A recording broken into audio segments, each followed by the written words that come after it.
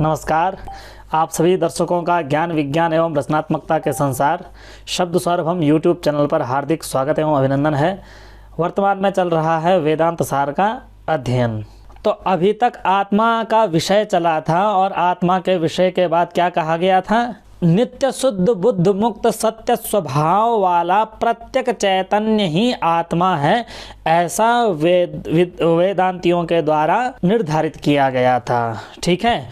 और इसके साथ ही अध्यारोप का उपसंहार किया गया था कि यही अध्यारोप है। इसके बाद प्रारंभ हो रही है आज की कक्षा। या इस कक्षा से पहले भी इस कक्षा के बाद भी कुछ पाठ चल गया था अपवाद का। ठीक है। प्रसंग था ना कि गुरु अध्यारोप और अपवाद न्याय से शिष्य को वेदांत का उपदेश करते हैं। तो अध्यारोप बताने के बाद अपवाद का क्रम आया था। तो अपवाद के विषय में बताया गया था कि अपवादो नाम रज्जु विवर्तस्य सर्पस्य रज्जु मात्रत्ववद वस्तु विवर्तस्य अवस्तुनो अज्ञानादेह प्रपंचस्य वस्तुमात्रत्वम्। कहा कि अपवाद उसे कहते हैं जब वस्तु को अपने स्वरूप में ही गुरु दिखा दे, वह है अपवाद। उदाहरण दिया कि रज्जु विवर्तस्य सर्पस्य, जो रज्जु का विवर्त सर्प है, रज्जु का विवर्त सर्प है, उस सर्प का रज्जु मात्रत्ववद, रज्जु मात्र वाली स्थिति में वस्तु विवर्तस्य, वस्तु विवर्त होना, अवस्तुनः अज्ञानादे, अवस्तु जो अज्ञान आदि प्रपंच है, उस प्रपंच का वस्तु मात्र में आ जाना ही अपवाद है। जी क्या कहा? उस रज्जु में जो सर्प है, उस सर्प का पूरा रज्जु मात्रत्व हो जाना। दोबारा बोलो। रज्जु में जो सर्प दिखाई दे रहा है, उस सर्प का पुनः रज्जु मात्रत्व ही हो जाना। रज्जु विवर्त जो सर्प है, उस सर्प का रज्जु मात्रत्ववद, रज्जु मात्र की तरह वस्तु विवर्तस्य, वस्तु विवर्त जो अवस्तु अज्ञानादि प्रपंच, उसका वस्तु मात्र में आ जाना। वस्तु विवर्त अवस्तु अज्ञानादि, जिसको आप वस्तु विवर्त समझ रहे हैं, वह अवस्तु जो अज्ञान है, उस अज्ञान का वस्तु मात्र में अर्थात यथा स्थिति, यथार्थ में आ जाने का नाम ही क्या है? अपवाद है। अर्थात जिस रज्जु में आपने विवर्त के कारण सर्पत्व का आभास कर लिया है, क्या कहा? जिस रज्जु में आपने विवर्त के कारण सर्प का आभास कर लिया है, अज्ञान के कारण रज्जु सर्प के रूप में जिसका आभास कर लिया है, तो यह आभास वास्तविक है या गलत है? यानी सर्प तो नहीं है ना वहाँ, लेकिन फिर भी आपने उसको सर्प समझ लिया है। तो जो यह सर्प को समझ लिया है, इस सर्प को दोबारा शोधित करके वस्तु रूप समझ लेना, यानी रज्जु को ही समझ लेना अपवाद है। ठीक है। तो कहा कि ये पंक्ति तो समझ में आ गई, लेकिन विवर्त किसे कहते हैं? तो विवर्त की परिभाषा बताते हैं। सतत्ततोन्यथा प्रथा विकार इत्युदीरितः अतत्ततोन्यथा प्रथा विवर्त इत्युदीरितः। कि सतत्वतः अन्यथा प्रथा विकार इति उदीरितः। तात्विक अन्यथा रूप युक्त हो जाने का नाम विकार है। क्या कहा? तात्विक अन्यथा प्रथा हो जाना विकार है। तात्विक रूप से अन्य स्वरूप को धारण करना विकार कहलाता है। दूध है जी, दूध बदल जाता है दही के रूप में जी। तो अगर हम ये कहें कि दही दूध ही है, तो क्या यह सही है? जो दही है वह दूध के रूप में बदल गई है, तो क्या बदलाव हुआ है या सिर्फ आभास मात्र हुआ है? जी, बदलाव हुआ है, दूध दही में बदल गया है। बदलाव हुआ है, तात्विक बदलाव हुआ है। भले ही दूध से ही दही बनी है, लेकिन दूध अलग है और दही अलग है। जी ठीक है जी। तो तात्विक रूप से दूसरे रूप में बदल जाना, इसको विकार कहते हैं। जी। और अतत्वतोन्यथा प्रथा विवर्त इत्युदीरितः, अतात्विक रूप से अन्यथा रूप में हो जाने का नाम विवर्त है। जैसे रस्सी के हिलने डुलने के कारण किसी ने उस रस्सी को सर्प समझ लिया, ठीक है जी। अब बताओ रस्सी सर्प रूप में बदली है या नहीं बदली उस व्यक्ति के लिए? उस व्यक्ति के लिए नहीं गुरुजी। बदली है जी गुरुजी, बदली है। उस व्यक्ति के लिए बदली है जी। के लिए गुरुजी वही है वो। हैं? उसे खुद भी नहीं पता ना गुरुजी, बदल गई है, उसे लग रहा वही है वो। हाँ, तो उसके लिए वह सर्प है या रज्जु है? सर्प है। उसके लिए सर्प है, लेकिन वह जो रज्जु को सर्प समझ लिया है, देखो जब बाद में उसका अज्ञान हटेगा तो उसको वहाँ रज्जु दिखेगा कि नहीं दिखेगा? जी। तो रज्जु ने अब जो उस व्यक्ति के लिए सर्प का स्वरूप उसके अंतःकरण में पहुंचा दिया है, क्या रज्जु सर्प के रूप में बदली है? नहीं। रज्जु तो अपने ही स्थान पर है, रज्जु तो रज्जु ही है। जी। लेकिन रज्जु ने बिना बदले ही दर्शक के मन में सर्प का रूप स्थापित कर दिया, ठीक है जी। तो रज्जु तात्विक रूप से किसी बदलाव को प्राप्त हुई है? नहीं हुई है। रज्जु अभी भी रज्जु ही है, लेकिन दूसरे के मन ने जिसको सर्प समझ लिया, उसका सर्प समझना अतात्विक अन्यथा प्रथा है। तात्विक रूप से बदलाव नहीं है, बल्कि अतात्विक रूप से बदलाव है, इसे कहेंगे विवर्त। जी। तो रज्जु का सर्प होना विवर्त है या विकार है? विवर्त है। तो रज्जु का अतात्विक अन्यथा भाव जो सर्प, उस सर्प का तात्विक रज्जु मात्र में लौट आना, अर्थात उसको यथार्थ बोध हो जाना ही अपवाद है, ठीक है। तथा ही इसीलिए एतद भोगायतनम, इस भोक्ता का आधार चतुर्विध सकल स्थूल शरीर जातम, 4 प्रकार के जो सभी स्थूल शरीर हैं, ठीक है जी। वो स्थूल शरीर जात जो है, ठीक है जी। वह स्थूल शरीर जात भोग्य रूप अन्न पानादिकम, भोग्य रूप जो अन्न पानादि हैं उनका आधारभूत भू से लेकर के 14 भुवन पर्यंत एतत् आयतन भूत ब्रह्मांडम, और उन 14 भुवनों का आधारभूत जो ब्रह्मांड है वह समस्त सर्वम एतेषां कारण रूपम पंचीकृत भूत मात्रम भवति, वह सारा का सारा पंचीकृत भूत मात्र हो जाता है। अर्थात ब्रह्मांड 14 भुवनों में जाता है और 14 भुवन अन्नपानादि में समा जाते हैं, और अन्नपानादि चतुर्विध स्थूल शरीरों में समाते हैं, और चतुर्विध स्थूल शरीर पंचीकृत भूतों में समाहित हो जाते हैं, ठीक है जी। इस प्रकार से वे शरीर समस्त भोगायतन, ठीक है जी। भोगों के आधार अपने अपने कारण में विलीन हो जाते हैं, और अंतिम कारण इनका जो पंचीकृत भूत है, ये सभी के सभी उस पंचीकृत भूत में एक इकट्ठा हो जाते हैं, समाहित हो जाते हैं, लीन हो जाते हैं, विलीन हो जाते हैं। एतानि शब्दादि विषय सहितानि पंचीकृत भूतानि सूक्ष्म शरीर जातम चैतत सर्वमेतेषां कारण रूप अपंचीकृत भूत मात्रम भवति।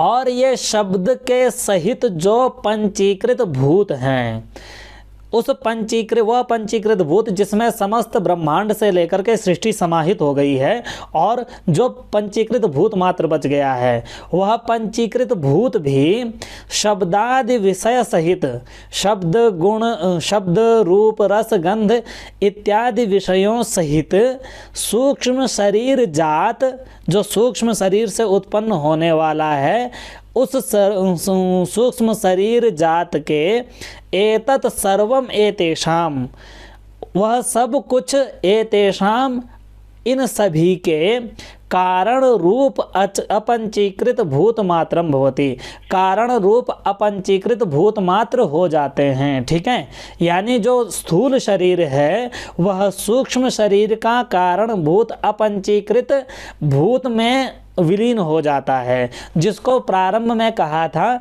क्या कहा था कि तमः प्रधान अज्ञानोपहित चैतन्य से आकाशादि की उत्पत्ति होती है, और आकाशादि से सप्तदश अवयव निकलते हैं, पहले सत्वांश से फिर रजोंश से, तो वो सारे के सारे यहाँ सूक्ष्म शरीर तक पहुँच जाते हैं। ठीक है जी, इतना समझ में आ गया जी। आगे कि एतानि सत्वादि गुण सहितानि अपंचीकृतानि व्युत्पत्ति क्रमेण तत्कारण भूत अज्ञानोपहित चैतन्य मात्रम भवति, और जो ये सत्वादि गुण सहित अपंचीकृत भूत हैं, ठीक है, जी, वो भूत भी व्युत्पत्ति क्रमेण जिस रूप से उत्पन्न हुए थे उसके ठीक उल्टे रूप में अज्ञानोपहित चैतन्य मात्रम भवति, अज्ञानोपहित अज्ञान से युक्त जो चैतन्य है वह चैतन्य मात्र हो जाते हैं। जी, और एतद अज्ञानोपहितम चैतन्यम च ईश्वरादिकम एतद आधारभूत अनुपहित चैतन्य रूपम तुरीयम ब्रह्म मात्रम भवति, और यह अज्ञान रूप जो अज्ञान से उपहित चैतन्य है, जिसके प्रतिनिधि कौन थे, ईश्वर प्राज्ञ इत्यादि, तो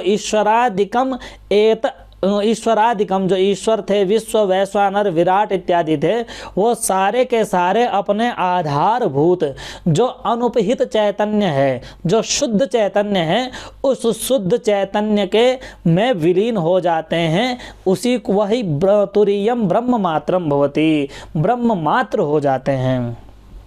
जी, आभ्याम अध्यारोप अपवादाभ्याम तत्त्वम पदार्थ शोधनमपि सिद्धम भवति। इस प्रकार से अध्यारोप अपवाद के माध्यम से गुरु पहले ब्रह्म अध्यारोप के माध्यम से सृजन की प्रक्रिया बताता है, और अपवाद माध्यम से उनकी विलीन की प्रक्रिया बताता है, तब उसको सिद्ध कर देता है ब्रह्म को। और इस प्रकार से वेदांत का जो महावाक्य है तत्त्वमसि, उसके तत्पदार्थ और त्वम पदार्थ का शोधन हो जाता है। तभी पता चलता है कि जो तत् है वह किस तरह से वाच्यार्थ है, ब्रह्म का ब्रह्म रूप वाच्यार्थ है, और जो तम है वह जीव से होते हुए किस तरह से ब्रह्म को लक्ष्यार्थ बना करके सिद्ध होता है।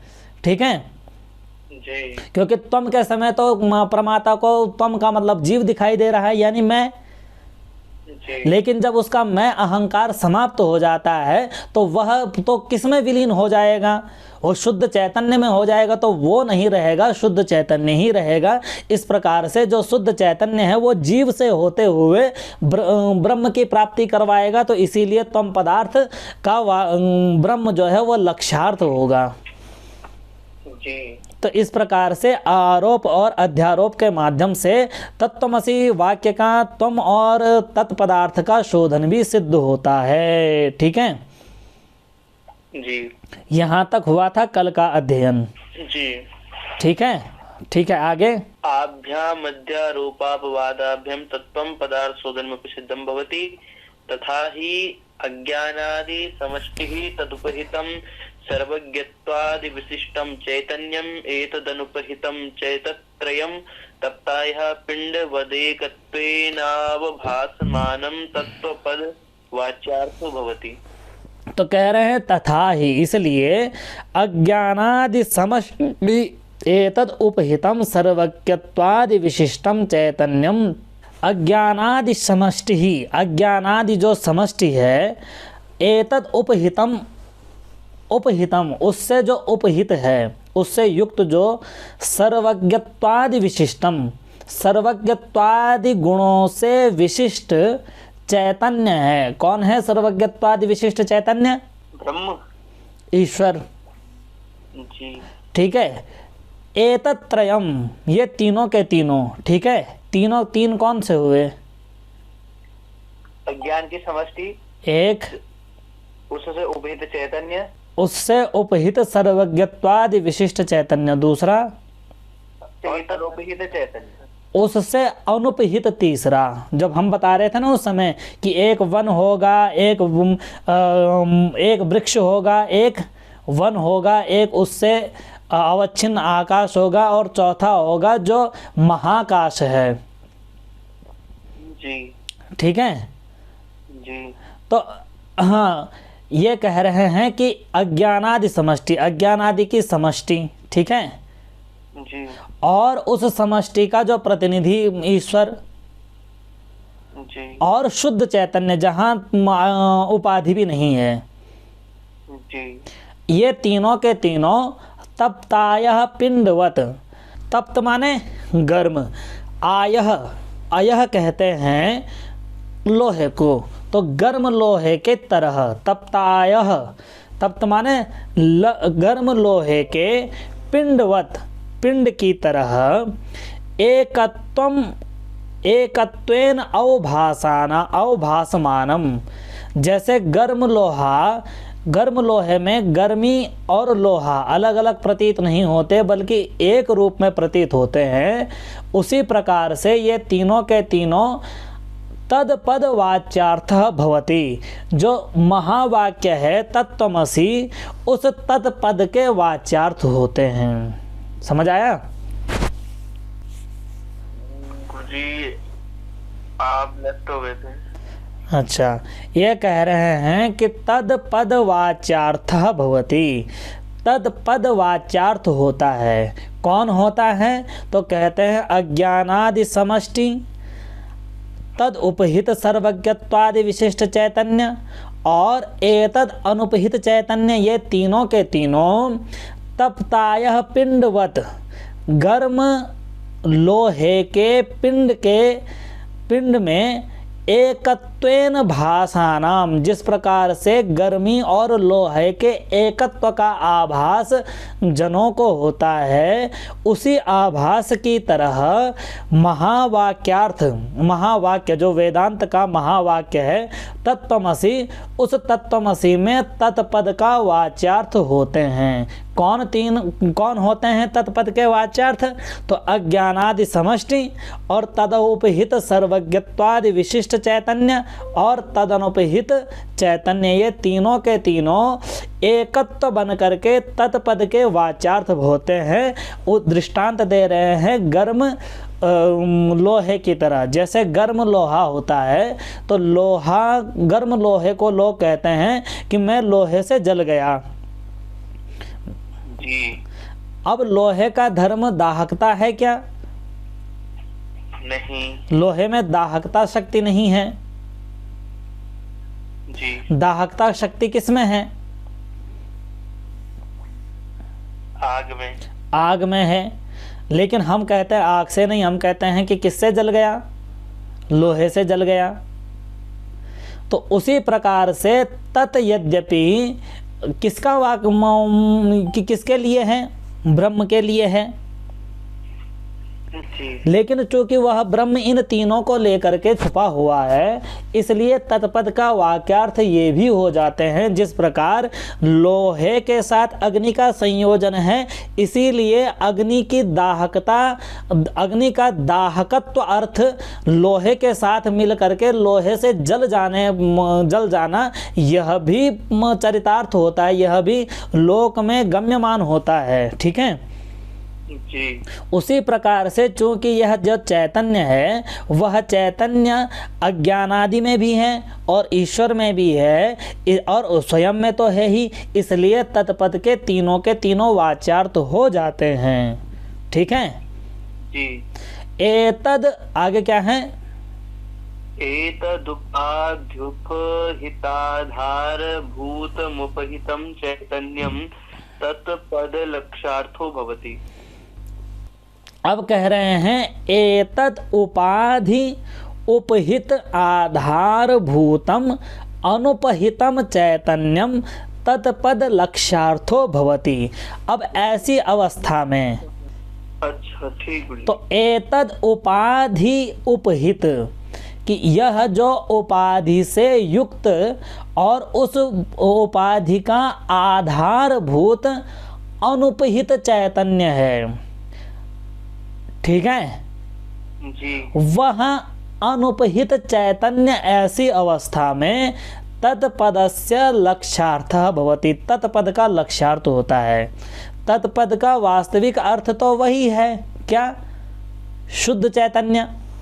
जी। लेकिन जब अर्थ अज्ञानोपहित चैतन्य भी आ रहा है, अज्ञान की समष्टि भी आ रहा है, तो तत्पद का सीधे अर्थ तो शुद्ध चैतन्य होगा नहीं, जी। वो तो यहीं से होकर के जाएगा।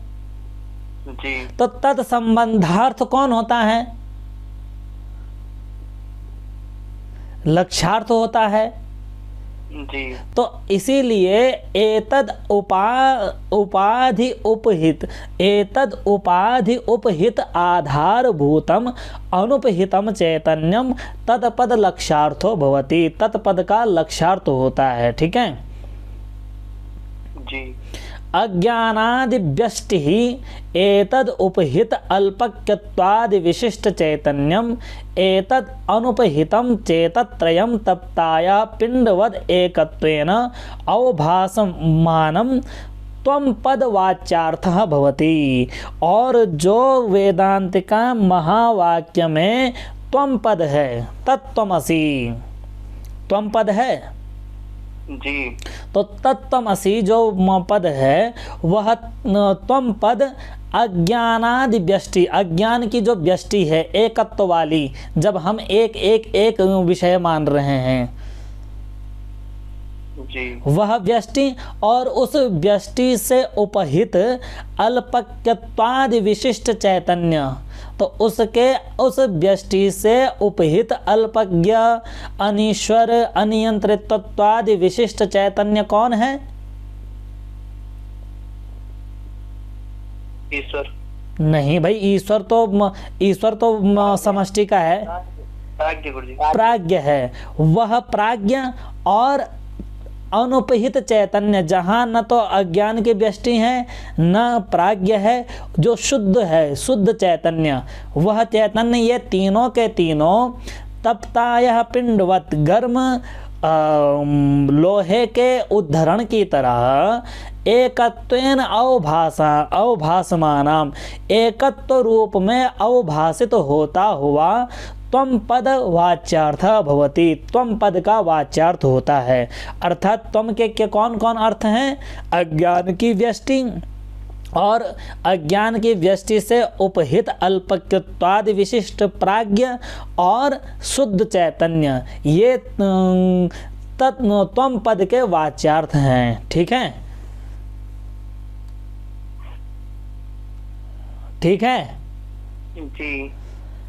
उसके बाद कहते हैं कि एतद उपाधि उपहित आधारभूतम अनुपहितम प्रत्यगानंदम तुरीयम चैतन्यम तदपद लक्ष्यार्थो भवति। और यहाँ भी कि एतद उपाधि उपहित, कि इन उपाधियों से, अज्ञान की व्यष्टि रूप उपाधि और सर्वज्ञत्व अल्पज्ञत्व अनीश्वरत्वादि अज्ञानादि व्यष्टि उपहित प्राज्ञ, ये उपाधि, इन उपाधियों से, जो इन उपाधियों का आधारभूत, जिनके कारण ये गम्यमान हैं, उनका आधारभूत अनुपहित, जो इनसे युक्त नहीं है, प्रत्यक आनंदम, प्रत्यक आनंदम, प्रत्येक के मन में बैठा हुआ आनंदम, आनंद स्वरूप, जिसको शुद्ध बुद्ध मुक्त कहा था, तुरीयम चैतन्यम, जो चौथा है,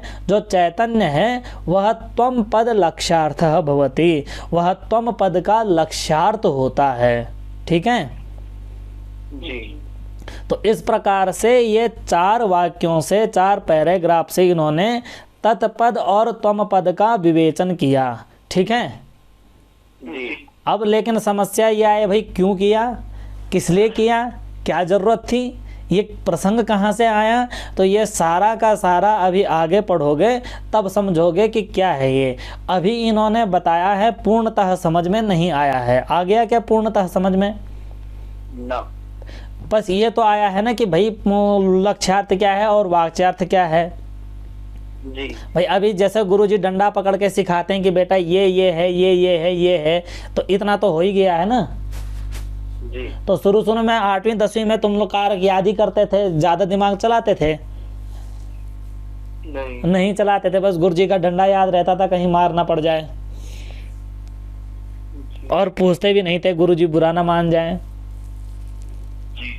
तो इसी तरह से अभी हमने ये जान लिया है कि तत्त्वमसि वाक्यार्थ से ये तत्पद से क्या अर्थ बता रहे हैं और वाच्यार्थ किस तरह से, वाच्यार्थ क्या है और लक्ष्यार्थ क्या है।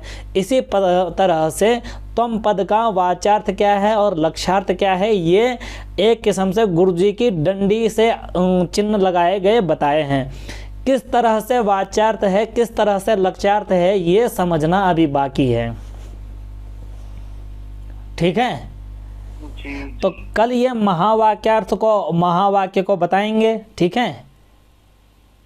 जी। कल यह महावाक्यार्थ का वर्णन करेंगे, और जब वह महावाक्यार्थ आएगा तब पता चलेगा कि किस वाक्यार्थ और लक्ष्यार्थ क्यों लाए हैं बीच में, और वाक्यार्थ और लक्ष्यार्थ का तात्पर्य क्या है, क्यों वाच्यार्थ ये तीनों के तीनों हैं, और अज्ञानोपहित जो चैतन्य है वह लक्ष्यार्थ भी बनेगा। तो किस तरह से एक ही अनुपहित चैतन्य वाच्यार्थ भी हो रहा है और लक्ष्यार्थ भी हो रहा है। ठीक है। ये सारा का सारा प्रपंच धीरे धीरे आगे बढ़ते हुए समाप्त होगा। ठीक है। तो आज की कक्षा यहीं विराम करते हैं। ठीक है, फिर इतना ही रखते हैं। ठीक है। ठीक है। अच्छा, आज की कक्षा यहीं विराम करते हैं। नमस्कार, शुभ रात्रि। प्रणाम गुरुजी। प्रणाम प्रणाम प्रणाम।